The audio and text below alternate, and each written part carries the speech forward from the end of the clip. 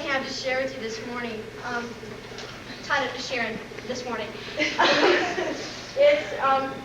It's one that I learned when I was, I guess I was 13 years old, and I was going through a lot of changes.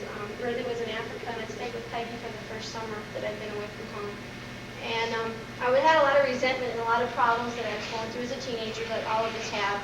It's called The Warrior as a Child. In a lot of ways, I felt like a little kid and like a child. In a lot of ways, I felt like I was a mini adult with a lot of responsibilities. And I just didn't know how to mix and mingle all of it. And I didn't have this sheet music until about a year ago when I finally found the book, and I said, David, I've got to have this book. I've got to have the song. And it took me a while to learn how to play it and to get it how I wanted it to sound.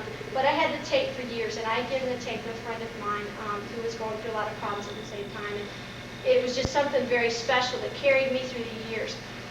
When Desert Storm hit, I was really working on it, trying to get it down pat with the sheet music. And, being in the Army and having all sorts of friends that were leaving and everything, the term warrior in that sense took on a soldier sense. And my husband really took it to heart in another sense for himself and being a soldier and a warrior for God, for the Army as well as a warrior for the Lord. And it can be taken in a lot of different contexts. It can be taken in a lot of different meanings for each person.